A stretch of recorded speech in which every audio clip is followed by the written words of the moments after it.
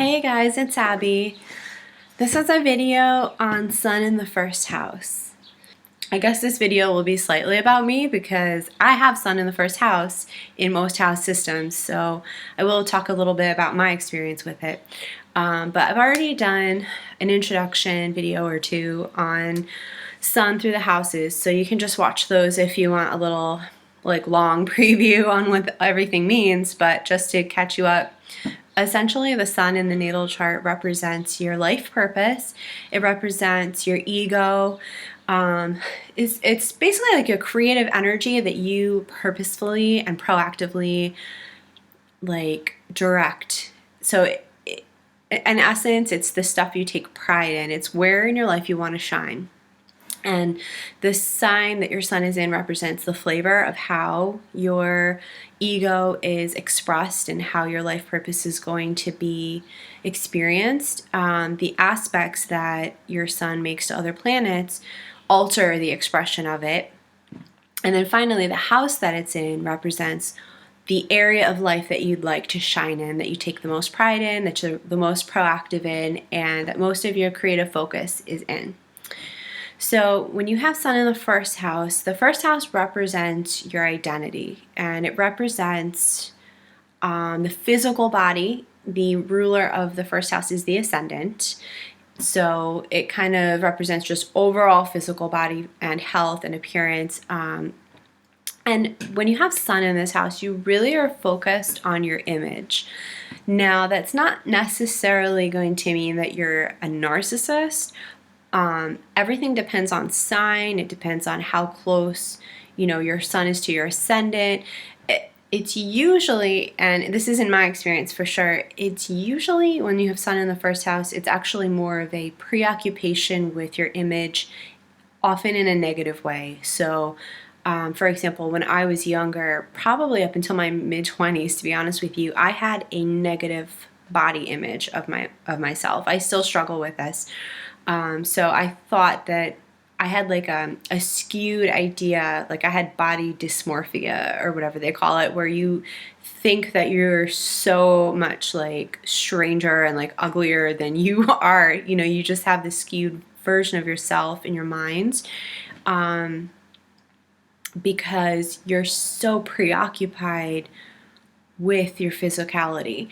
And that's definitely a negative part of having this placement. But some of the positives of having this placement are that you are very open, you're very authentic. The closer the sun is to your ascendant when it's in the first house, so let's say you have ascendant in Sagittarius and then you have sun in Sagittarius and it's within 5 degrees, your sun is super close to your ascendant. And regardless of what sign it is, you're still going to have some of the same qualities. So you're going to have this, you're going to exude confidence. You're going to walk into a room and people are going to notice you. You're just going to be someone that shines because your sun is so close to the ascendant, which is sort of like the filter through which everyone sees you. It's your surface. And when the sun is that close to your surface, it's shining through.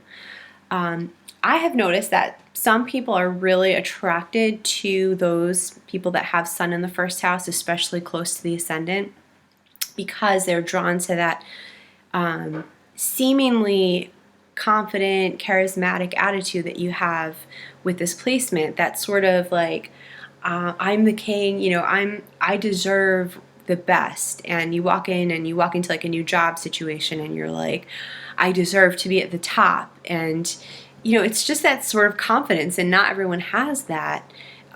Honestly, the Sun in the first house person might not even really have that. I suffer from a lot of self-confidence issues, even having this placement. So I don't think it's necessarily there in that person. It just seems to be.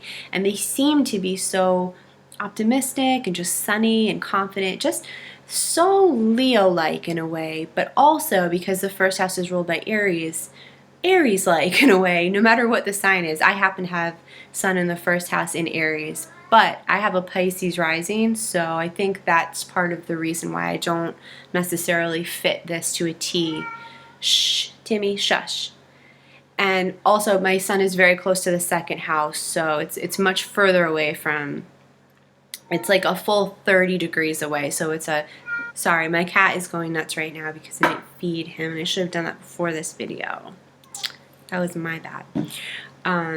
But yeah, anyway, so my sun is very far away from the ascendant, so I have a little bit less of it, but I think it's also complicated by the 4 planets I have in the first house.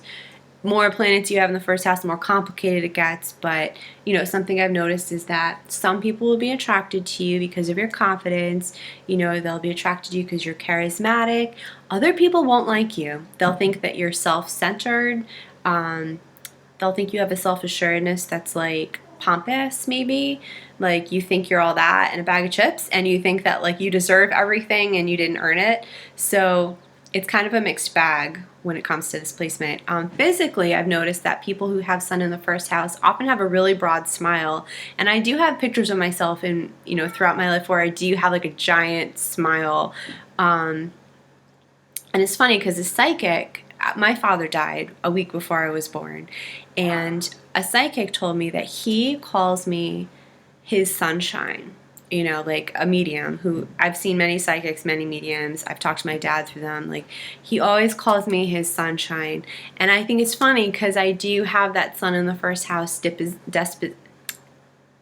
disposition where even if I'm not too happy, like even if I'm going through something really hard, it doesn't always show because I do try and like just bring the warmth and bring the happiness and the authenticity out right there. So I always thought that was cute that he noticed that in me, even though technically we never met because he died a few days before I was born. So I kind of liked that and I wanted to share it.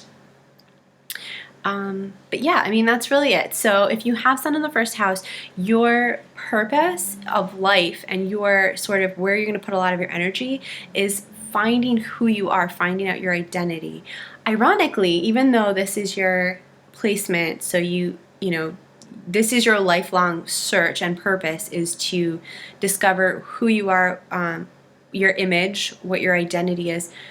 Ironically, people will think that you just know exactly who you are because that's what sun in the first house, especially closer to the ascendant, exudes, is this sort of like confidence in who I am. I know who I am. You don't always know who you are with this placement, but people think you do because that's how it seems. So again, some people are really drawn to that, especially people with sun in maybe the 7th house or the 8th house or, you know, the 12th house, people who have an extra hard time identifying what their ego means, you know, because it seems like your ego is right out there and you're just perfectly happy with it with this first house placement.